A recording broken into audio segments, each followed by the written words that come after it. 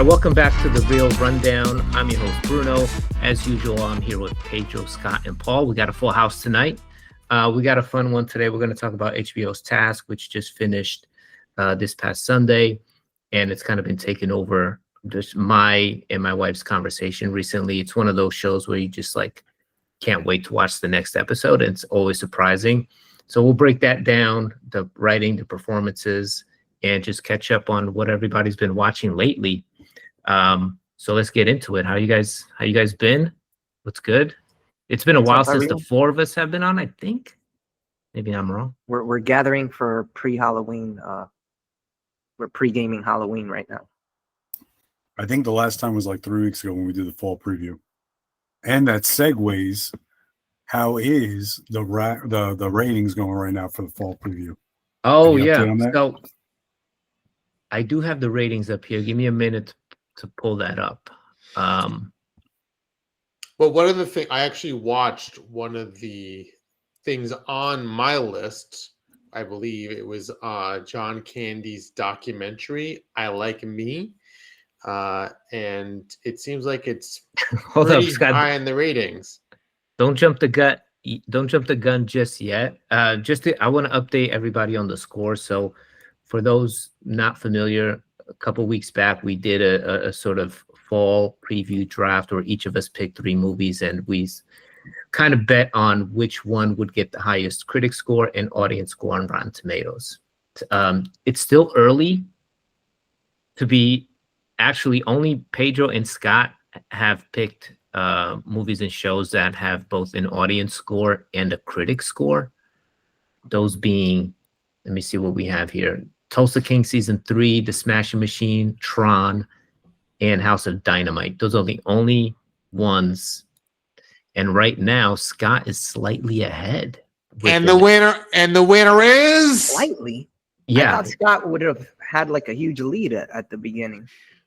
No, so Paul and I don't rank yet because some of our stuff hasn't released. But combined average for Scott is 75%, and combined average for Pedro is 72. I say, Pedro, you're winning the average audience score. And I guess all 3 of Scott's picks are being averaged right now. They're all out. Scott, you had House of Dynamite, Smashing Machine. Yeah. So wait, we're gonna do 2, right? The popcorn one and the other one. We're doing the average audience and critic. Yeah. All of Scott's stuff is out. The interesting thing is, like, week to week, these slightly change. So I remember when Scott first picked the audience for Tulsa King, it was at 59, but now it's actually 65 as that season progresses. Yeah. And the next thing that comes out for either one of us could like drag us all the way down, you know? Exactly. Yeah. Next we have Bugonia coming out and Springsteen, which are Pedro and Paul picks. Those come out on the 24th, which is this Friday. So that's going to change up the scores right now. But right now it's neck and neck. 75 for Scott, 72 for Pedro. But, that will change. Begonia. I don't think it will. I think it's pretty steady at this point. I'm not quite sure if it will change. Yours is not going to change, unfortunately. But unless Tulsa King has a crazy finale or something crazy happens. Never know. It could happen. Still ongoing. I hear a lot of people talking about the series and recommending it. So. It's still ongoing. Episodes are premiering week to week to week. And the audience score have been going up every week. So so it's cool. I usually check this out every Monday after the sort of new movies come out Friday. So I wait a couple of days to compile all the reviews. But we'll keep that going up until Christmas or when the final pick is released. But Scott, you were talking about, you saw the John Candy documentary. I did. It's on Amazon Prime. It's actually surprisingly quite good. It is actually done by Tom Hanks' son. I don't want to keep on saying Colin Hanks. He directed it. And it featured Bill Murray as one of the commentators. It also had John Candy's 2 kids, son and daughter. And it had a lot of the SCTV crew, Martin Short, Eugene Levy, Andrea Martin, many of the people who worked with John Candy. It was a nice turn into the past of what was and how great comedies he was in, Hmm. and hearing them reminisce about it and how. What's your favorite John Candy movie or moment in a movie? I would say my favorite is the movie Uncle Bunk, and Macaulay Culkin is also in the doc, where Macaulay Culkin is asking John Candy's character questions, and they keep going back and forth, back and forth, back and forth. Isn't that with Al Bundy? Or am I thinking of a different one? Al Bundy? Yeah, what's his name? What's Al Bundy's real name? No, I don't think he was. Come in on, Uncle nobody Buck. knows Al Bundy? You kidding me? Ed O'Neill. Ed O'Neill, yeah. I don't think he was in Uncle Buck. No? He was in a movie like that, though. Yeah, he popped up in a couple of stuff. Okay, yeah. Uncle Buck was a different one. Conan O'Brien was also in the doc as well. He told some good stories. I think all those movies that Macaulay Culkin wasn't the star in, but like was an actor in, were all good movies too. Like, not only are his movies like Home Alone and everything great, but like the ones that he kind of like wasn't the lead actor, they're all good too. Like Uncle Buck is one of them, you know. Well, what's in common is that they were all any of them were directed by John Hughes. My Girl, all of them. Yeah. Yeah, I was thinking of a movie called Dutch with Ed O'Neill and then like some other little kid, but not Macaulay Culkin. So are you like the documentary? Because I was thinking about watching it, but I'm not a huge fan of John Candy. I love that era of comedy, but you know. I don't think you have to be a fan of John Candy. You just have to be a fan of other comedians and hearing them talk about admiring someone they worked with for so long, and talking about the good times and seeing what references of what they're talking about. And I think that's Yeah, so really is it what it's like about. is it like a celebration of, and it's just like his old friends hanging out, not literally hanging out, but it's kind of like giving out a hanging out kind of vibe, just saying all great things about him. It's not an in-depth look at his life through the lens of his family, and It certainly it? is. They do Okay. talk. They do definitely talk to his two kids and have them harp on what it was like to have such a famous father. And the sad part is he died so young, when they were so young. Yep. Like he He was died in young, his too. 40s, and his son was 5. And Wow. the majority of his life, he knew what his father was at the time and how weight was such a factor, and so many, like, Yeah. it was surprising, like how many times he would be in an interview. Like, this would not happen now. He would be at a journalist interview, and they would say to him, "Oh, do you think you lost weight? Do you think that has an impact on your roles?" Like, no one would ever ask that nowadays. Mm-hmm. Yeah. But they would just, he would just look at him like, without even making a turn of his thought of it. And just, do you think it's a problem? They're like, no. It's like, okay, great. It's like, move on. Well, Scott, Pedro, do you guys have any John Candy thoughts or memories as like a fan of TV or comedy or movies? I don't think I ever really watched any of his movies like that. Never really got into him, but I know all the movies he was in back in the day were all good. I just feel like he passed away a while ago, right? Yeah. 1994. And I'm sure like the younger audiences don't even know who the man is. So I'm like wondering what took so long to make a documentary about this guy's life. Like does it have the same impact right now than it would have had like 10, 15 years ago or something, The way I got familiar with him was Home Alone, and that he had that very quick scene where he was the Polka King. Yeah, I mean, that's a classic cameo. Yeah. Yes. I always used to consider like Uncle Bunk, like that movie specifically. Like I always thought it was an offshoot of Home Alone or something. My memory of John Candy was like Scott said and Pedro said, Home Alone, but more than not was Cool Runnings, I knew where it. he was the coach for the Jamaican bobsled team. I To love me, that movie. like Yes. I'm a Chris Farley guy, but I did appreciate John Candy, and Cool Runnings still to this day is such an awesome movie that if like I catch it like somewhere on TV, I'll sit and I'll watch it. It's a cool movie. Yeah. That and there's a movie with Chevy Chase called Nothing But Trouble. And it's like one of the creepiest movies. It's like a comedy, but it's so creepy. And if you haven't seen that, I recommend it. Dan Aykroyd's also in it. And there's a rap group in it. Digital Underground is in it. Yeah. Oh, really? Yeah, it's a crazy movie. But yeah, John The Great Candy, Outdoors also. The Great That was- Outdoors. Yeah. That was probably like my favorite one out of his movies. Yeah, again with Dan Aykroyd, I'm just looking at the some of his movies here. Yeah, like that era of comedy was great.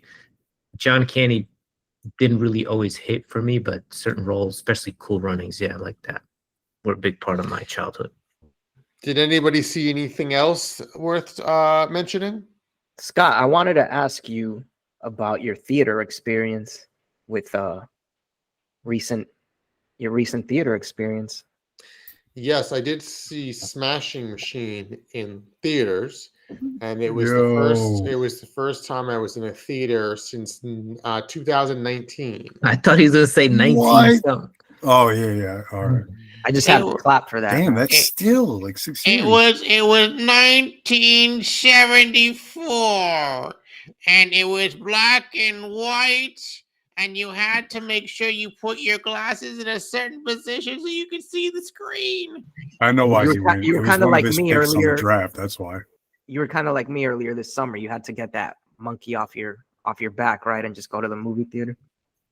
No, I just that's actually there had to be something in theaters that I had interest to see and not see a bunch of objects and things smash into each other and go, boy, that was a nice fighting scene that went on for 25 minutes for a 3-hour movie. Wait, you gotta let us know. What did you think of it? I bounced in and out of saying, What? oh, Dwayne Johnson's playing a M&A fire. And I went, oh, there's Dwayne Johnson acting in a movie, trying to attempt to act like someone else. But I'm thinking it is Dwayne Johnson on screen. So I bounced in and out of believing he was the character and then not the character. So I bounced in and out. So despite all the makeup and all the work, you're doing like mental gymnastics to convince yourself you're looking at The Rock and not the actor. Because I heard his voice. His voice is very distinct, and I heard him bouncing back and forth from having an accent to not having an accent. How was your Now- theater experience? Well, there was only That's what I was 6. gonna ask. It was only 6 people in the theater, so I don't think the theater made much money. But how was your experience? Fine. It smelled like a week's worth of popcorn sitting all over the place, and it was, absorbed into every chair and every crevice of every single piece of carpet. And Smellorama. it was like the same way it was 6 years ago. It was like they didn't clean out the smell of overly flavored popcorn for the past 6 years. Now, It's did you think The still Rock's acting chops was good? Like it put you into it, or was the prosthetics doing a lot of heavy lifting? I don't think the prosthetics was enough. It was like Damn. Damn. I don't think it was enough because I still could see him, but I think the makeup was very well done. That they removed all of those chest tattoos, and you believe that he doesn't have that, which that was a lot of, whether it was CGI or it was makeup, they removed that completely because his character doesn't have that big tattoo that he has. Now, I've seen The Rock in a lot of movies, right? In this movie, I don't know why, he just feels so much more physically imposing than he has in any other movie. He just looks huge. He looks ginormous in this movie. I don't know why, but and I don't think he's like increased in size, but in this movie, he just looked so physically imposing. He's definitely that guy definitely did a cycle of steroids or two for this movie. He's I- definitely way bigger than he normally is. No doubt. Well, yeah, maybe that's it. But he was That's why he looks so. huge. That's why you're saying he looks so imposing. He's actually bigger than he's normally is. In that first fight, he kind of like tilts to get through that like pyramid thing for the pride fight. If you notice that, Scott, when he walks, he has to like tilt his body to get through the door. Like certain things, like it was just nuts. I did like the end where they showed a guy in the supermarket like saying hi to the camera, directly to the camera. It sort of changed the whole feel of it, and he's checking out at the supermarket cash register, and then he walks out. This guy walks out and just waves like, "Thanks, guys, bye," and he gets into his car and drives away. I'm like, who is that? And then you then see text where it explains about what happened to the guy that the movie was based on. And then in the credits, of course, I'm looking like, who was that? Because in order of sequence, they'll show everyone's names in order of appearance as far as the actors. And of course, it said at the end, it said Self, played himself. So it was the real guy at the very end of the movie where they showed what he looked like, the real person, which I thought was interesting. God, so you're more of a like indie movie drama. That's what's gonna bring you to the theater instead of like a Mission Impossible like big blockbuster. Watching a bunch of stuff blow up for no reason other than just for someone to go, I don't like you. I don't like you. Bam. That's not going to make me go to the theaters. Just to clarify, that guy playing Self was Mark Kerr, the one that the movie was based on. Yes. Yeah. Which was huge and transitional for MMA and Pride in UFC back in the day. He went through a lot. Anyway. So you plan on going back, or is this it for a while? We'll see.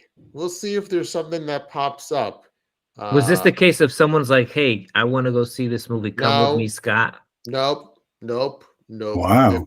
This was me, myself, and I deciding it. No one influenced the decision to see it. Interesting movie to pick too, because I know you picked it, but I think it got a lot of hype. And then upon release and when the reviews came out, both from audience and critics, it was like, it's pretty good.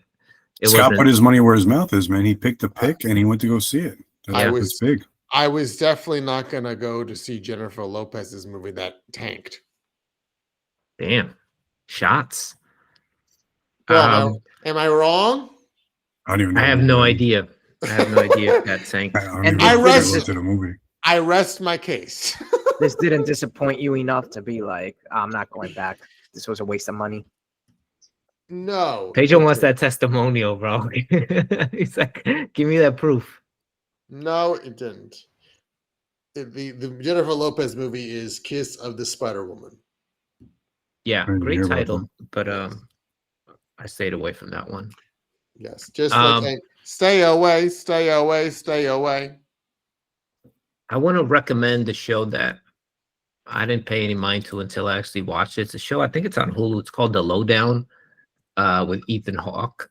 It's like about this used book salesman in Tulsa who's trying to solve a murder suicide. Someone committed suicide. He's not convinced. And the guy's brother is like also running for mayor of the town.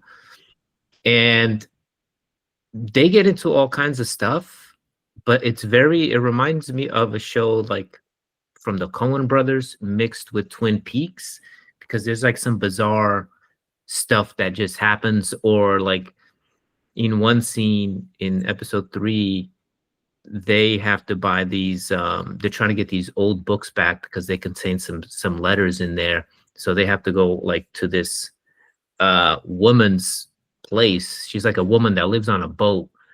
So you think that's like the plot of the episode, but then he gets kidnapped by these guys and they're like smuggling caviar, and like it turns into like a love story. Like the whole show is pretty crazy and unexpected.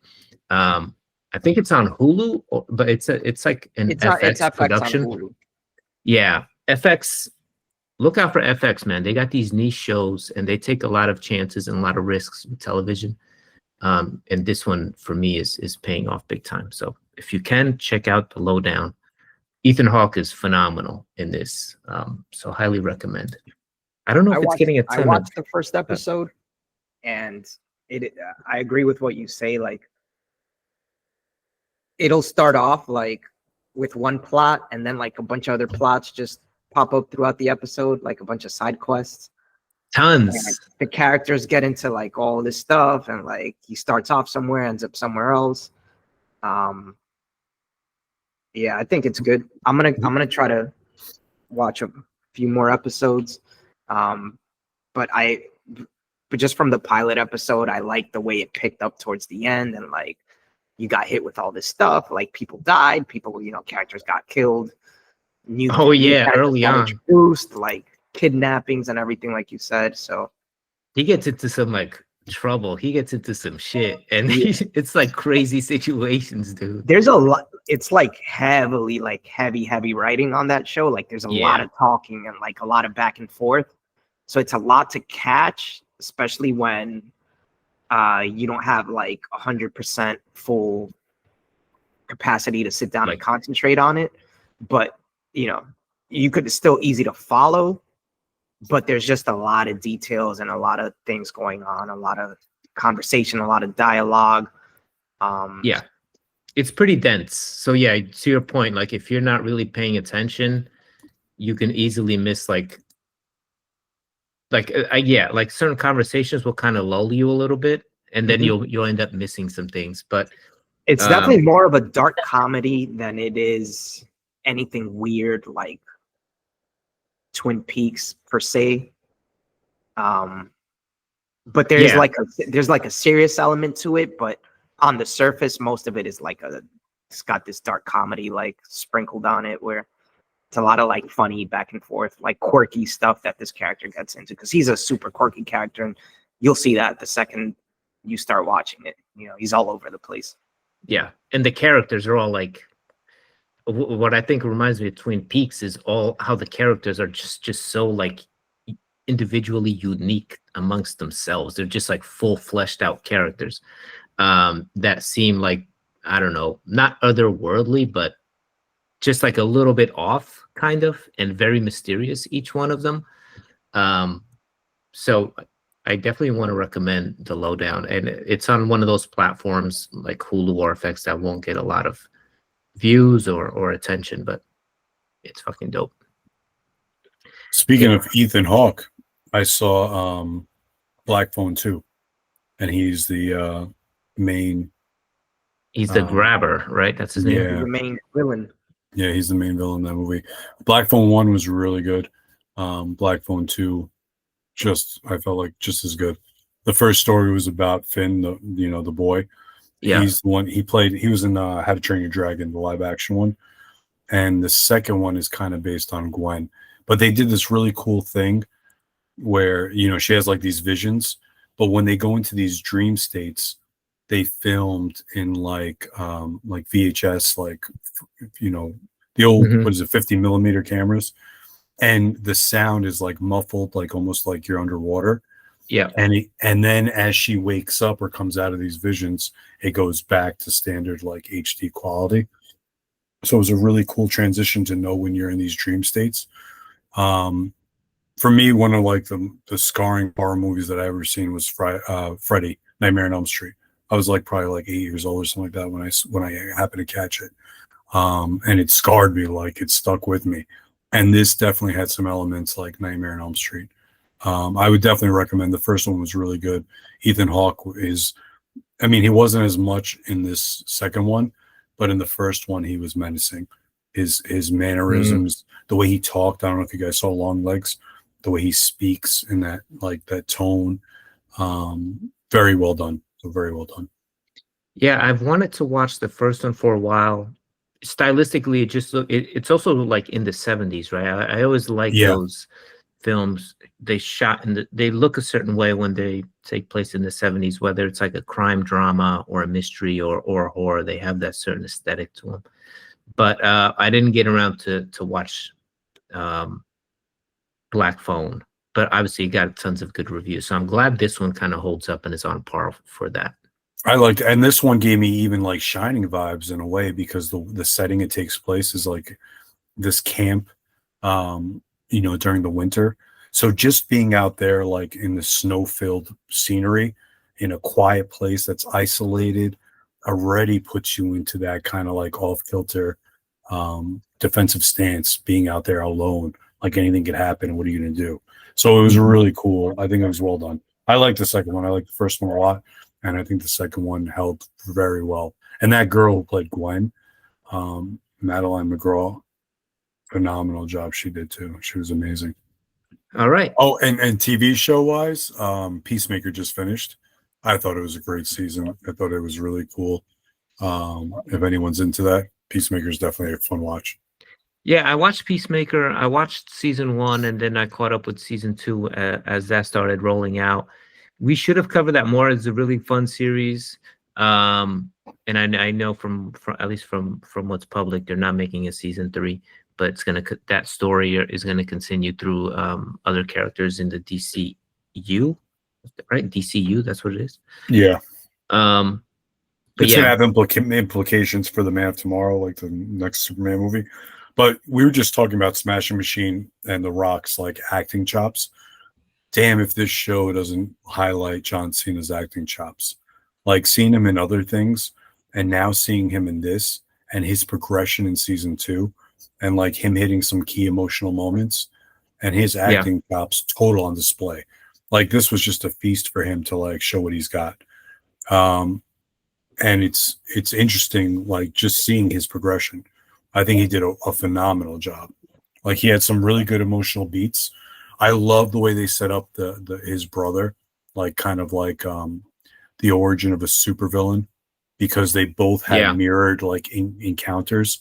Like they both lost a brother and a father, and just like that emotional baggage. I think he did a great job showing that. He and Vigilante is friggin' hilarious, like in everything he does. So overall, man, I really thought it was a great show. Yeah, it's really well balanced, really well written.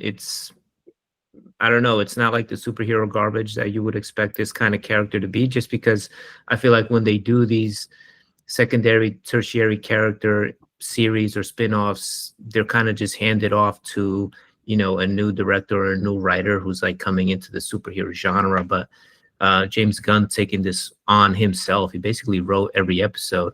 It's really, really good, really, really tight. So yeah, recommend that. And you can tell seen it. The cast has a great time. Like during the interviews and stuff, they talk about how James Gunn just kind of like throws out lines to ad lib, and he's like, try to say this, try to say like, whatever, and they all start cracking up and dying. So you could tell like they're all having like, a hell of a time doing this. The only thing I couldn't stand was the intro music. I had to skip it every single time. That was the only thing it was just like. Yeah, it was like once. I do like James Gunn's musical curiosity or taste. He's very much into this, and this was in Superman as well. He's kind of, his soundtrack is famous for Guardians of the Galaxy, but in the DCU, he's gone very like punk rock. 90s rock and earlier, and this show especially, but even in Superman, it was even in the dialogue where they talk about like even in Creature Commandos. Yeah. So I thought that was like just an interesting note. Like thematically, there's a lot of punk rock music in his DC work so far. So I'm curious, what else he might do with that. He's got a hell of a year to put together like a soundtrack, like a beat to like a scene. He's got like a hell of a knack for doing that. Yeah, exactly. Okay. I did want to just mention before we head into the main topic. There's a new show by Tim Robinson on HBO called The Chair Company. And Tim Robinson is a failed SNL comic. He then had like a huge successful show on Netflix. I think he still might, but now he has what was that movie he did with Friendship. with Right? Paul? Friendship. Yeah, I didn't love that movie. I did watch it. No. But it's like his brand of comedy is extremely unique. It's like this cringe kind of uncomfortable comedy. Not really my style, but it's so weird that I'm like always curious about what he's working on next. So I checked out The Chair Company, which is on HBO, and I only watched the first episode, but 2 of them are out already. And the premise is he's like some like shopping mall developer. So he works for this big company. They're about to unleash a new mall, and he's giving a presentation to his staff and I don't know, investors, whoever. And then he goes from the stage, he sits down, and the chair breaks, and he makes a fool of himself, and everybody's laughing at him. And he spends the whole episode trying to track down this chair company, and then the chair company doesn't actually exist. And it's like, so that's as far as I got. It gets pretty dark and weird. So it evolves into this whole freaking weird thing. But I'm pretty hooked. He plays like, you know, his regular characters that he plays. With his maturity and success, it's not as ridiculous as his earlier stuff. So it's a little bit more mainstream, you know, if I can even call it mainstream. But I want to recommend that because it's a unique flavor and it stands on its own. So check that out, The Chair Company. Yeah, I saw the first episode of it too. Sorry, Paul, did you want to go? No, go ahead. I did see the pilot episode. And my only experience with him before this was Friendship. We covered that movie a couple episodes back. If the viewers, the listeners want to go back and see our full take on that.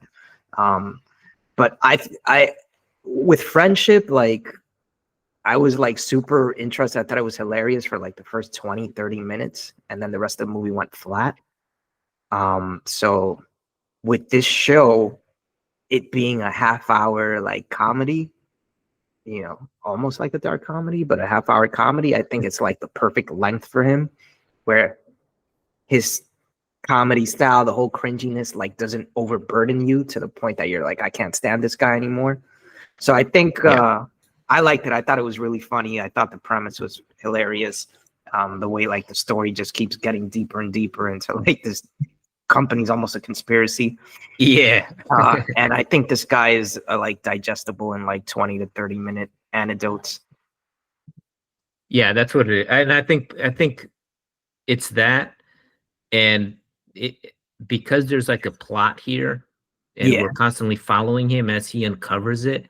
It's not him like usually it's him doing the same bit over and over until it just becomes uncomfortable, and this is not really that.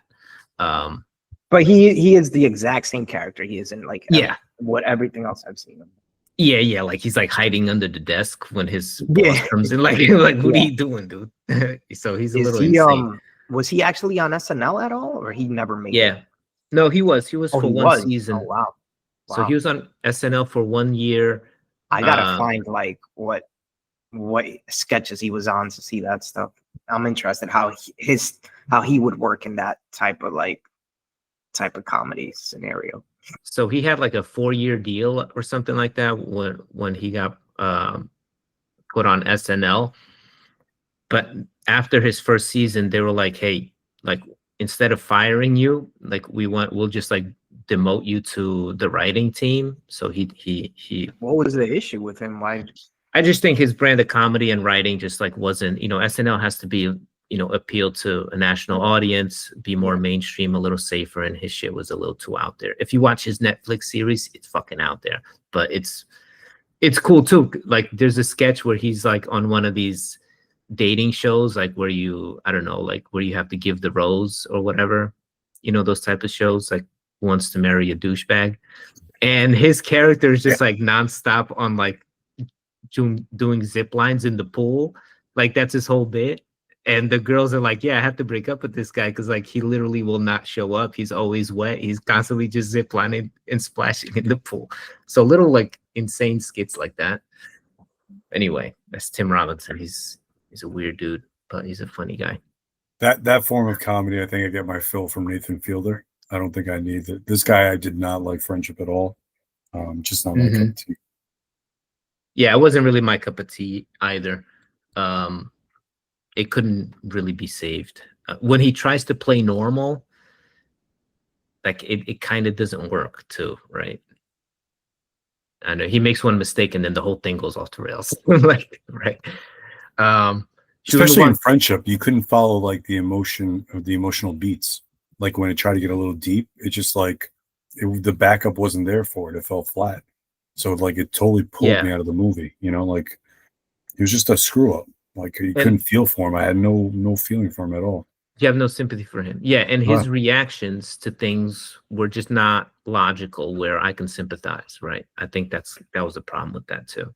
So let's get into Task. Just wrapped up this Sunday evening. Assume you guys watched it. And any like initial thoughts on the ending, on the final episode? Satisfaction, man. Just like I'm so satisfied with a show that wraps up a story in one season, that brings character arcs together, brings closure to all the characters and their different stories, and just satisfaction, man. Like, damn, man, they're like, we need more of that because we don't have enough of that, you know? Yeah, they got the bad guys. They wrapped up everything kind of neatly, and the characters deserving of a happy ending for the most part got it. It was unexpected for me. I think there was a shift in the show after the 6th episode where I was like, okay, this is the last episode. Nothing, what else can happen? And then this final episode is where like all of the emotional sort of heft was just unloaded. And we got to spend some time with the characters. Paul, what did you think? Again, like I agree, satisfying conclusion. I felt like the last 2 episodes, I enjoyed the penultimate episode more than I did the finale. I thought those last 2 episodes could have been kind of like brought together. I gotta say, like, Robbie was one of my favorite characters in the show. So once his fate was sealed, I kind of like, you know, I was like, oh man, like my heart wasn't into it as much as it was. I still like Mark Ruffalo's character. I liked his niece or whatever. But I really felt like they could have condensed those last 2 episodes into one, and it would have been like a nonstop beat per minute finale that would have been like totally satisfying. I felt like the final episode kind of dragged a little bit, and it hit a lot of beats that it didn't need to. See, I disagree because it gave time for, especially like someone like Grasso. So you go into the final episode where, you know, he's presented as the main villain at that point, where he, you know, in the 7th episode or the penultimate, he's like one-on-one with Tom Brandis, and he, you know, he says something about, you know, that you believe that I did this, but you can't prove it, right? So that kind of builds up to the final episode. But when they introduce Grasso's character in the last episode, he kind of opens up. We see him with his sister and his nephews, and he opens up to his sister about the trouble he's in and the amount of guilt that he's feeling, how he's going to turn himself in. And I thought that was just super important to let the audience in on, because I started thinking back on the series, and there's a number of times where he talks to Tom Brandis about him being a priest, about Tom Brandis' character being a priest earlier in his life and getting deep. And now I connect that to him like having to live with this weight of being indebted to the Dark Horses and having to do all this shady shit while also being in the FBI. So I thought, looking back, I was like, oh, this character was actually like hiding something and dealing with that the whole time. And I think other characters needed their moment too, like Maeve. It was good for her to finally, you know, exhale. She got the money in the end. And then, you know, the main character, Tom Brandis, like making peace with himself about, you know, his adopted son. I thought that was they showed the trial, you know, that they went to. and you know, shows could have just left all that up in the air, but this show went the extra mile to like give every single character a backstory and like tie you emotionally to every character, whereas a lot of shows nowadays it's just like a super main focus on just like this eccentric main character and everyone else is just an NPC in the story. This, like, they even showed, you know, they even gave you the satisfaction of seeing the trial and like what they've been talking, what the Brandis family has been talking about throughout the whole season about the brothers' trial and what they're gonna do, what they're gonna say, and like they actually showed it. You know, they didn't have to do that, but I feel like this final episode was a little like extra, you know, for the people that have been enjoying the show so far. Just to give you like, there was like, you could argue that there was already closure to like the whole story before this, but this is like extra, like, you know, rounding out and completing, you know, like an extra chapter or something. Yeah, but that was Mark Ruffalo's character. That was his arc, right? That's what we realized later, that his arc was not taking down Robbie. His arc was making peace with himself and his family. Yeah. You know, those small scenes where Emily was like talking to a therapist about how she felt and him asking her about the statement that she might make. All those little details, which early in the season seem like they're slowing the show down, like really built up to something that delivered in the end, I think. I think this was I feel like this was a classic Mark Ruffalo, like, yeah, role, 100%. right? Like he just plays like the silent, quiet, like beat down character. Like emotional, but like wrecked at the same time. Yeah, it's like the perfect character for him. It's his role that he always plays. And he starts off like at like that FBI fair handing out pamphlets. So that tells you what state he's in at that point of his life. He's kind of given up. And this new mission gives him purpose. But, you know, ultimately, like, it's that kid Sam and him connecting with Robbie on another level, and connecting with Maeve as well. It just like reinvigorates him. I think, Paul, to your point about Robbie being killed early, I always knew his story was going to end in him dying. Like, he had a good heart, but he was doing things that were not good. He was a fuck up all along. Yeah. Like, you know, he was committing crimes basically, and he killed people and he kidnapped a kid. So like, he was never going to have a happy ending. But he was like, for most of the show, he carried the emotional weight of that show. Like, you can see in his eyes, he's like he has such a good soul, and it really came out. I thought he was great. I felt just certain parts could have been shaved down. Like, yes, Grasso, it added more weight to it, but I thought they broke down Grasso way too much in the season, in the ending of season episode 6, where he's talking to Tom, and it's like, you could think that I'm doing it, but now you have to prove it. Like, they didn't need that part, because then in the next episode they try to build his character back up. Like, I think that's wasted energy. Like, the next episode, you see Grasso's background, and he kind of did it to get money for his sister to buy a house or whatever, right? Yeah. But like, then why did you need to break him down? So, you know, yes, Tom could have like seen that he was the rat, he was the one leaking information, but you didn't have to bring him back down so much just to build him back up. That was, to me, wasted energy. I think it was because when Tom went to confront him, he said, this happened, this happened, this happened, and now Lizzie's dead because of what you did. And it's that weight, that was what he took out of that conversation. It's like, this person that he actually liked and connected with her death died. Was the big turning point for his character. Yeah, her death, but you felt that weight impact him on the season finale. Like, you saw him carry that. But like, I don't think that interaction between him and Tom was needed. I didn't think the interaction between Sam and Tom was needed, just to rip Sam away in the end anyway. Like, you didn't need to show all that.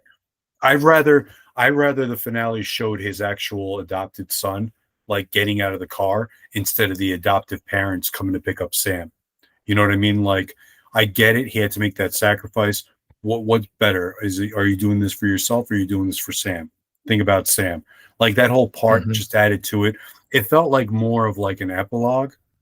Yeah, it did. Than like a finale. You know what I mean? Like, Yeah, But I that's think a good it's- way to put it. I wish Robbie's like death would have coincided with the actual finale. Like, have Robbie's death lead up in the beginning of the episode, include that storyline, and then all this other stuff. Like, yes, I totally agree with Pedro. This show went above and beyond to give the external characters, the secondary characters, more weight into the series, which felt great, because a lot of these shows you have maybe 4 or 5 main characters that you follow and everyone else is like, who cares?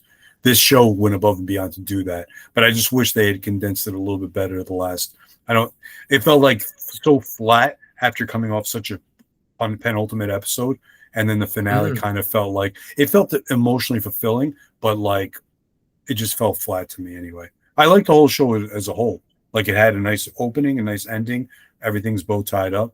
But I don't know. I just felt like I'm just nitpicking. Such a good show. Yeah. I'm just nitpicking that the finale was, dragged a little bit. Okay. Yeah. Did you No, I guys can see that.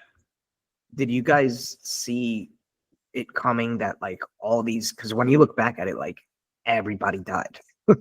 Yeah. Did you guys foresee like all these characters dying? I didn't. That caught me by surprise. It was only like after I finished the series that I thought, I'm like, oh wow, every character died except like Well, except a couple. I only knew that Jason and Robbie were gonna die because they were, on a collision course, and Yeah. they were both kind of like bad Yeah, people. one of along them the way. was definitely gonna die. I didn't see like everybody or both of them.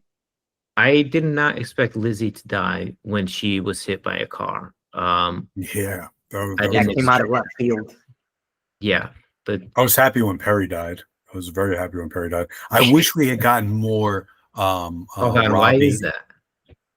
because he just seemed like a scumbag all around. He was you know- mean, man. He was bad. Where Robbie was a bad guy with a good heart, and you were kind of like in your He back was of your he mind was rooting just for like him. This guy was the guy that you're like, man, I hope this guy friggin' gets him and Jason. No, that's Jason. Yeah, Jason too. Jason Yeah. was the real villain. Jason Perry- too, but Perry too, man. Perry was just like Well, he Perry just is seemed like Perry is Jason's older mentor, and we first see him when he approaches Jason, and he's like, "Hey, you're gonna have to step down or clean up this mess because, like, I vouch for you, and you're fucking my name up." This was after he pretty much murdered somebody and messed up the drug. They were getting robbed, basically, and then Perry did kill Jason's wife. Jason's right. Yeah. But he was immediately remorseful for that. Like, that was an accident. So that he basically tried to hide until the end. So that's the part where, and he also had the chance, and he was ordered to kill Jason, and he didn't. So he was having a he betrayed his was own interesting. command.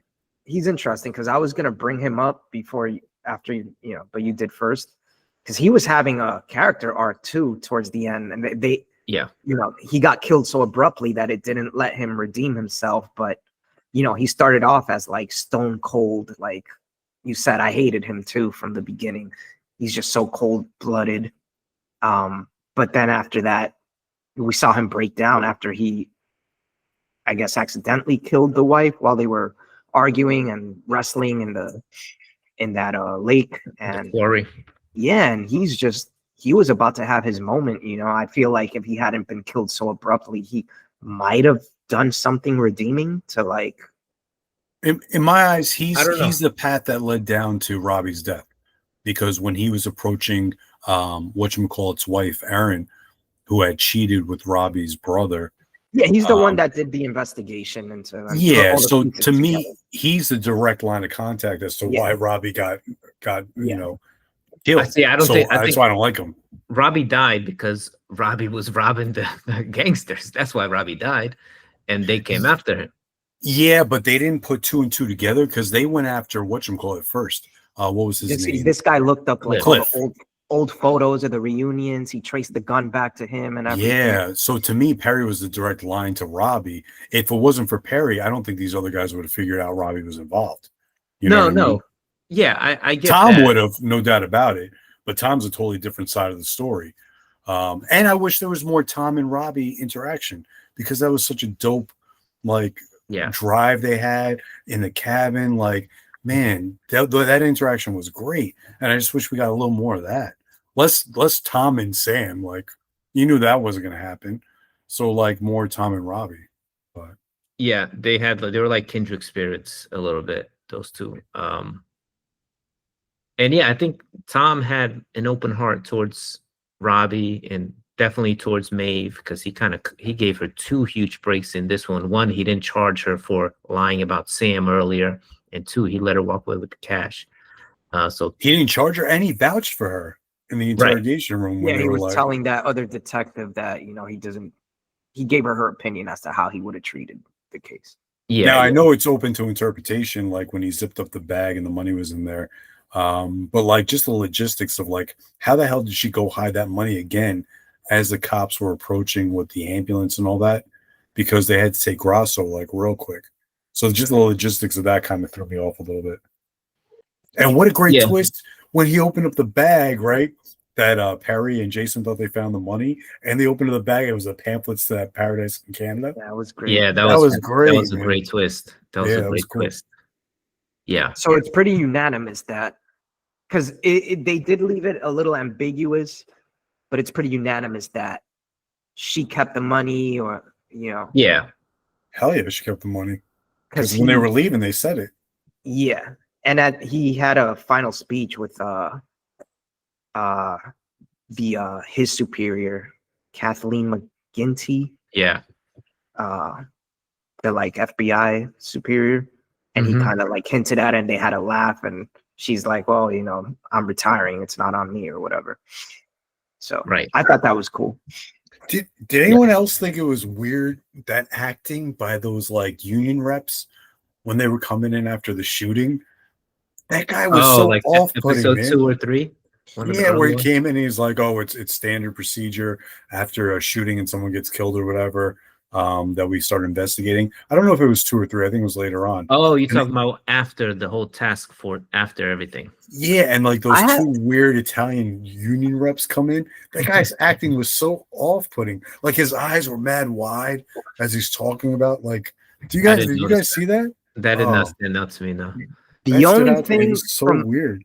The only thing from those characters and like that whole thing that was going on with the like internal affairs division that kind of like weirded me out was I got the feeling that there were more people in on this stuff, like more corruption other than just Grasso, that they were trying to like save face for, like cover for somebody else or something.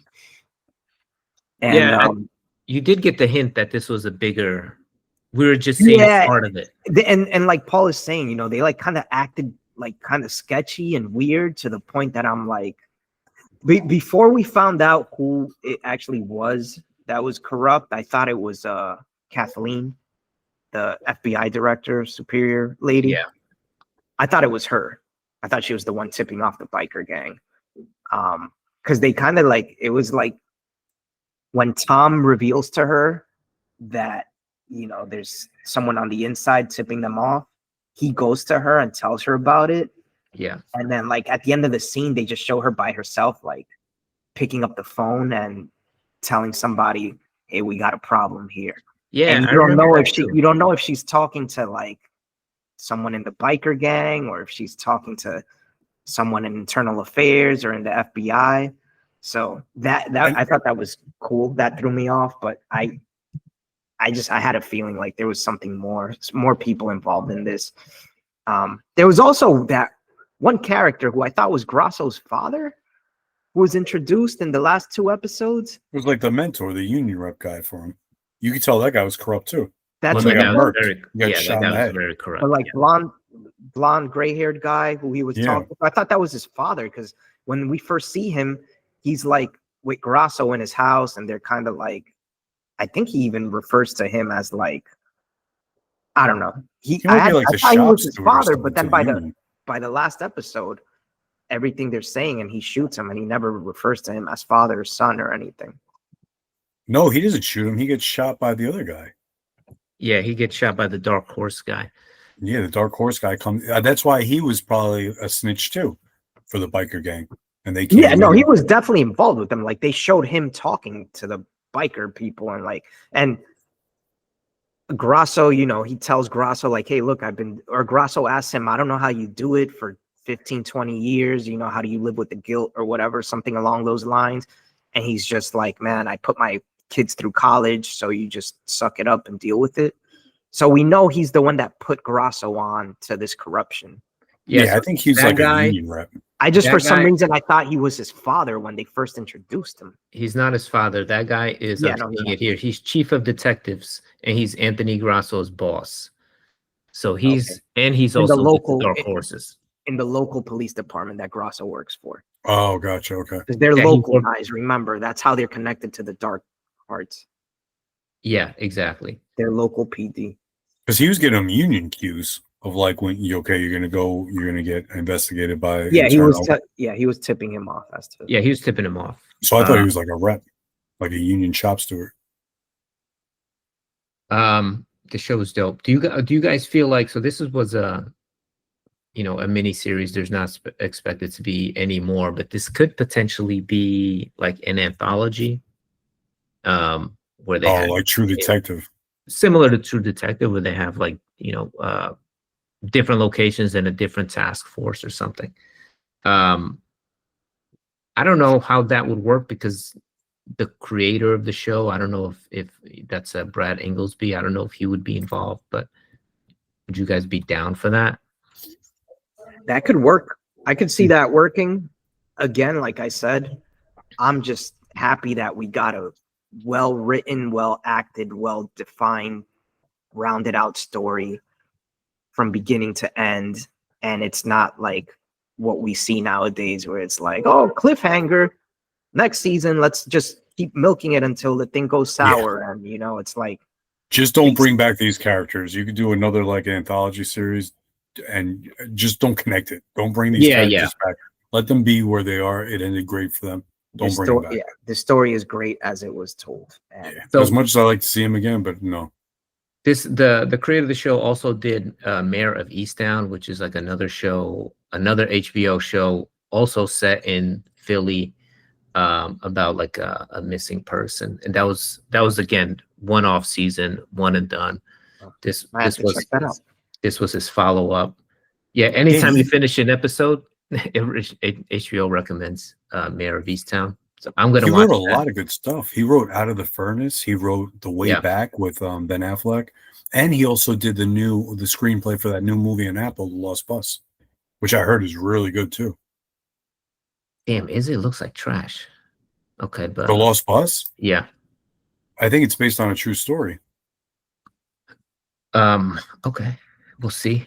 Task, I feel like I've known about Task for a long time. It was never really on my radar. I just watched it because, I don't know, new HBO show, I usually give it the benefit of the doubt. So I'm glad that, it's awesome and you guys liked it as much as I did. And it's nice to see one of these shows that you don't expect, or it's not even on your radar, and then you're just like watching it week to week because it's like the best thing on, versus like season 3 of Game of Thrones, or like, a new IP, these things that you hear about nonstop and then they come out and they just suck. There's a lot of that. No, it's definitely a good recommend. I'm glad. I remember I saw the trailer on HBO like weeks before the series came out, and it just caught my attention because of the plot and everything. And it was actually, if we had done, I think I mentioned to somebody, we had done our fall picks earlier, like at the start of September, I originally wanted, this was one of the ones I was going to choose.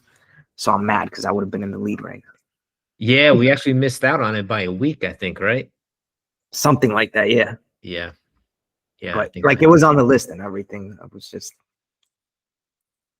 watch Task. If you haven't seen Task, let us know what you think about the final episode. We have some, differences of opinions here. Curious what you guys think, whether you thought it was too much or just right on point.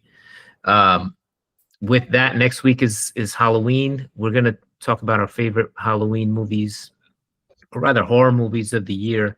If you have any picks, let us know your picks in the comments. What are we gonna talk about? We're gonna talk about Bring Her Back, Hard Eyes, Cloud, Damned, a few other ones, I'm sure. Scott surprise. I think Scott left to go watch that Spider Lady movie. Yes. Scott surprise. Look out for that. Maybe Scott will finally give us his thoughts on The Exorcist. We'll see. But hit us up, like, subscribe, and we'll see you next week. Peace. See you next week. Peace.